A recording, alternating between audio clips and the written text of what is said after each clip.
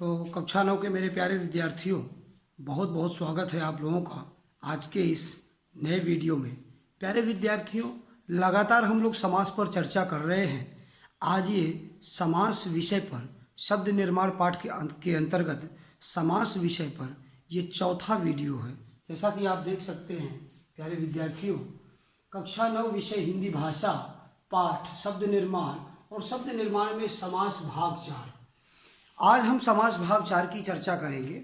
इसके पूर्ववर्ती समास के वीडियोस पर अगर हम चर्चा करें तो हम आपको याद दिलाना चाहते हैं कि इसके प्रथम भाग में हम लोगों ने समास क्या है, समास के अर्थ को समझा, समास की परिभाषा को समझा, समास के भेदों को समझा। और दूसरे वीडियो में जब हम लोगों ने बात किया तो तत्पुरुष समास और तत्पुरुष समास के 2 उपभेदों और उसके 6 अन्य उपभेदों की भी चर्चा किया और कर्मधारय समास, तत्पुरुष तथा कर्मधारय समास को समझा। फिर तीसरे वीडियो में हम लोगों ने चर्चा उसके बाद जब किया तो उस पर आप लोगों ने देखा कि बहुव्रीहि समास और द्विगु समास पर चर्चा हम लोगों ने पूरा किया। आज इस समास विषय के चौथे वीडियो में हम लोग द्वंद्व समास और अव्ययी भाव समास पर चर्चा करेंगे। प्यारे विद्यार्थियों, आइए चर्चा को आगे बढ़ाएं। बस इतना सा चाहते हैं कि जितने वीडियोस आपको प्राप्त होते रहें, आप उनको बार बार और ध्यान से सुनिए, समझिए और देखिए तथा अपने अभ्यास कॉपियों में उनको लिखते रहिए। लेखनीय कार्य आपका रुकना नहीं चाहिए, अनवरत आप उन कार्यों को करते रहिए। आइए देखते हैं आज की इस वीडियो में चर्चा करते हैं सबसे पहले 5वें समास द्वंद्व समास की। एक बात मेरे प्यारे विद्यार्थियों आपके दिमाग में फीड रहनी चाहिए। क्लासेस में आपको समास के संबंध में आपको ऐसी कोई भी बात या चीज़ नहीं बताई या पढ़ाई जा रही है जो एक समास दूसरे से को रिलेटेड किया जा रहा हो। अभी हमने को रिलेटेड करके समास को नहीं बताया। इस पर समास पर बनने वाला ये सेकेंड लास्ट वीडियो है। इसके बाद हम एक वीडियो अभी आपको और बनाएंगे समास पर, ताकि आपका गहन ज्ञान और गहन अध्ययन इस पर हो सके। उसको कंपेयर करेंगे एक समास से दूसरे समासों को, कैसे वो मिलते हैं और कैसे उनको अलग किया जा सकता है। अभी हम एक एक समास की व्यक्तिगत उनकी विशेषताएं और अन्य से वो कैसे अलग हैं इसी पर चर्चा कर रहे हैं। कहीं भी किसी भी दूसरे समास में एक दूसरे को घुसने की या आने की कोई संभावना नहीं है। आप अगर कंफ्यूज व्यक्तिगत हो जाइए और जबरदस्ती लाके उसको रख दीजिए कि साहब ये तो ये वाला समास लग रहा है, वो तो वो वाला समास है। भाई हम जितना कह रहे हैं उतना ही समझिए ना, आप जितना हम कह रहे हैं उतना समझिए, आपको कंफ्यूज होने की जरूरत नहीं पड़ेगी। आइए चर्चा करते हैं 5वें समास की, जिसे कहते हैं द्वंद्व समास। तो बात करते हैं, देखते हैं यहाँ लिखा हुआ है द्वंद्व समास। द्वंद्व समास की परिभाषा पर चर्चा करें तो कह सकते हैं कि जिस समास में दोनों ही पद प्रधान होते हैं। तत्पुरुष समास जब हमने आपको बताया तो हमने क्या कहा, इसका उत्तर पद प्रधान होता है। कर्मधारय समास में क्या हुआ, उत्तर पद प्रधान होता है किंतु विशेषण विशेष का संबंध होता है। द्विगु समास में आपने क्या देखा, काउंटिंग की बात होती है। पहला पद जो है, पूर्व पद जो है वो काउंटेबल होता है, पूर्व पद जो है वो क्या होता है, संख्यावाची होता है। उसके बाद हमने जब आपको बहुव्रीहि बताया तो हमने क्या कहा कि न प्रथम पद प्रधान न द्वितीय पद प्रधान, बल्कि दोनों मिलकर किसी तीसरे यूनिवर्सल ट्रुथ की बात करते हैं, तो वहाँ होता है बहुव्रीहि समास। कहाँ पर कोई रिलेशन है, सब अपने अपने अलग अलग गुणों और अपनी अपनी अलग अलग क्वालिटीज़ और अपने अलग अलग परिभाषाओं को लेकर बैठे हुए हैं। बहुत सारे उदाहरण भी हमने आपको दिए। आज चर्चा जब हम इसकी 5वें समास की कर रहे थे, यहाँ कह रहे हैं कि जिस समास में दोनों ही पद प्रधान होते हैं। बहुव्रीहि समास में एक भी पद प्रधान नहीं था, दोनों मिलकर तीसरे पद की बात करते थे। और यहाँ देखिए द्वंद्व समास में क्या कह रहे हैं, कह रहे हैं कि जिस समास में दोनों ही पद प्रधान होते हैं, कोई भी गौड़ नहीं होता, कोई भी गौड़ नहीं होता, बल्कि दोनों क्या होते हैं, प्रधान होते हैं, कोई भी गौड़ नहीं होता। उसे द्वंद्व समास जोड़ा या युग्म कहते हैं। अब अगर द्वंद्व शब्द का अर्थ जानने की बात की जाए तो द्वंद्व शब्द का अर्थ ही होता है युग्म या जोड़ा, पेयर, जिसे पेयर कहते हैं, या पेयर, जोड़ा, युग्म। तो द्वंद्व का अर्थ यही है, वो जोड़े में रहेगा, दोनों पद प्रधान होगा, पूर्व पद भी प्रधान होगा, उत्तर पद भी, दोनों अपना अपना महत्व होता है। आइए देखते हैं। समास कहते हैं द्वंद्व समास या युग्म या जोड़ा समास कहते हैं, इसमें दोनों ही पदों को जोड़ने वाले समुच्चय बोधक अव्यय, समुच्चय बोधक अव्यय का लोप हो जाता है। लोप हो जाता है मतलब गायब हो जाता है। दोनों पदों को जोड़ने वाला एक समुच्चय बोधक अव्यय होता है, और वो समुच्चय बोधक अव्यय जब समस्त पद बनता है तो वो गायब हो जाता है, और जब समास विग्रह करेंगे तो फिर से वापस आ जाएगा। उदाहरण में समझते कैसे, लोप हो जाता है, जैसे अन्न जल। अब देखिए अन्न जल ये सामासिक पद ही है, इसमें अगर कोई समास आपसे पूछे कि भाई बताइए अन्न जल में कौन सा समास है, आप सीधे कह देंगे कि आप द्वंद्व समास है, क्योंकि पूर्व पद भी प्रधान है, उत्तर पद भी, अन्न भी प्रधान और जल भी प्रधान, इसलिए इस आधार पर हम कह सकते हैं कि ये द्वंद्व समास है।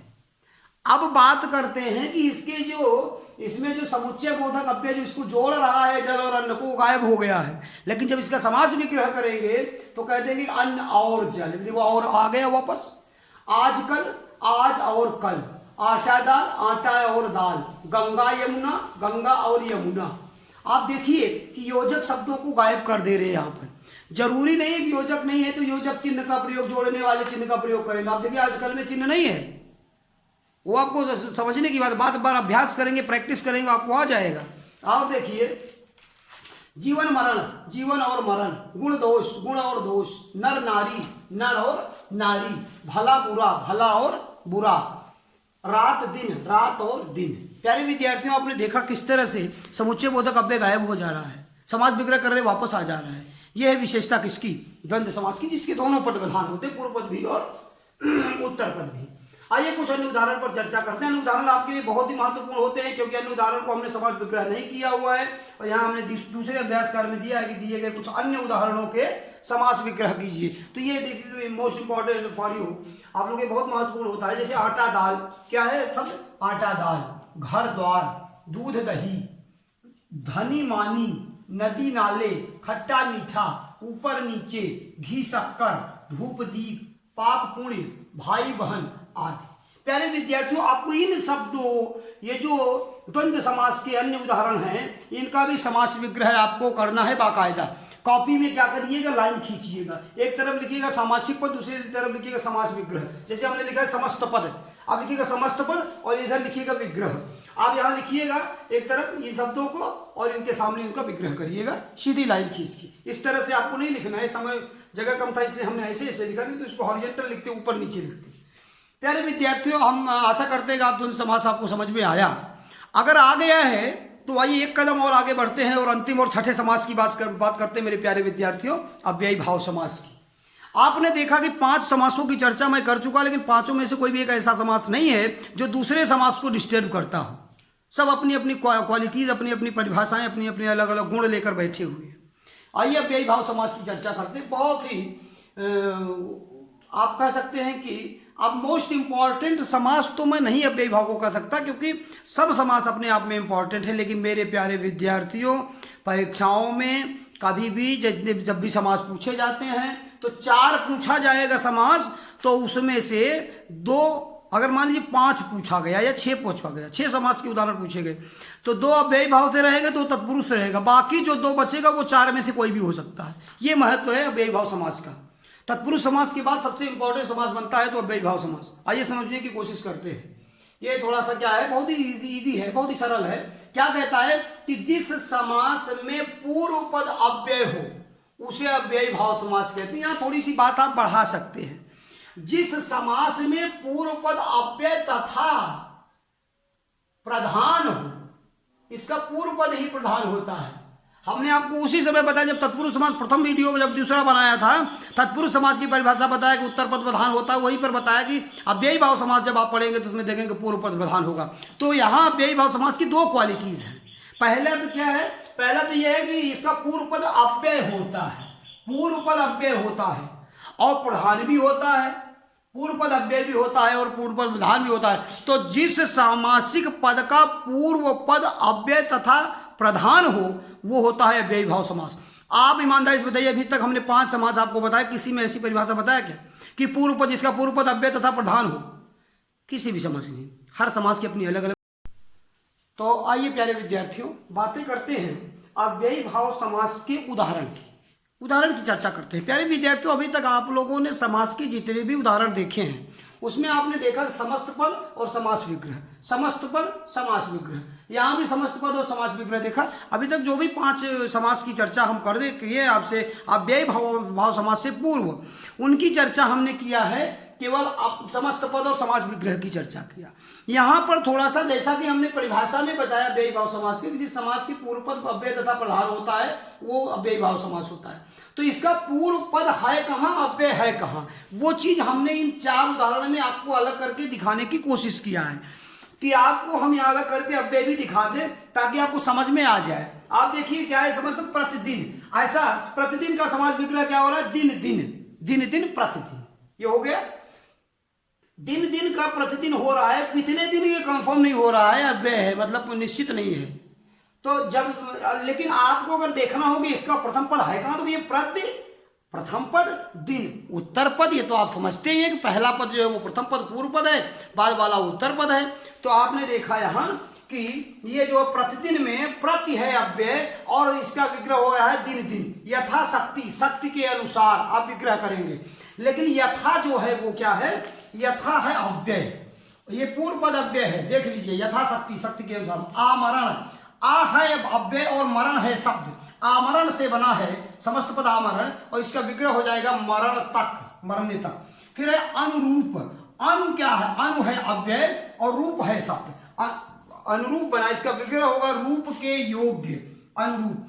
प्यारे विद्यार्थियों, अव्ययी भाव समास के अन्य जो भी उदाहरण आपको प्राप्त हो रहे हैं, उपलब्ध हो रहे हैं मेरे द्वारा, अभी मैं दे रहा हूं यहाँ पर कुछ अन्य उदाहरण। इसमें भी जैसे देखें यथा, यथाक्रम, यथा, भौर, बे, बे उपसर्ग है, आप देखिए सबको देखिए अव्यय है, देखिए यथा, फिर भी अव्यय आ गया, आ और जन्म 2 है, अव्यय है आ। तो प्यारे विद्यार्थियों, आप देखेंगे कि जिसका पूर्व पद अव्यय और प्रधान हो वो अव्ययी भाव समास है। ध्यान से देखना है, एकमात्र ऐसा समासों में से एक समास जिसका पूर्व पद क्या है, अव्यय है। खोजेंगे तो आपको मिलेगा, अलग करके हमने इसलिए दिखा दिया। इसके अनुदाहरण की चर्चा करते हैं। पहला है यथाक्रम, भर पेट, बेखतक, यथा समय, आ जन्म, एकाएक, एक एक, एक और एक होगा, एक एक, प्रत्येक, यथोचित, रातों रात, रात ही रात में, ऐसा विग्रह, क्योंकि ये विग्रह आपको करना है, सबके विग्रह, ध्यान से सुनिएगा। प्रत्यक्ष, भरपूर, प्रतिवर्ष, भरपेट, यथाशक्ति, शक्ति के अनुसार, बहुत सारे उदाहरण हैं इसके अव्ययी भाव समास के, आप देखेंगे। प्यारे विद्यार्थी, ये है कुछ अन्य उदाहरण। दूसरे अभ्यास कार्य में आप देखेंगे कि आप इनको विग्रह करना है। तो मैं आशा करता हूं कि 6 के 6 समासों की चर्चा आपसे हो चुकी है। कतई आप अपने दिमाग में, मस्तिष्क में, बुद्धि में ये नहीं सोचेंगे कि अव्यय पर चर्चा आपकी, समास पर चर्चा आपकी पूरी हो गई। मेरे प्यारे विद्यार्थियों, कुछ समास ऐसे भी हैं जिनको कंपेयर किया जा सकता है।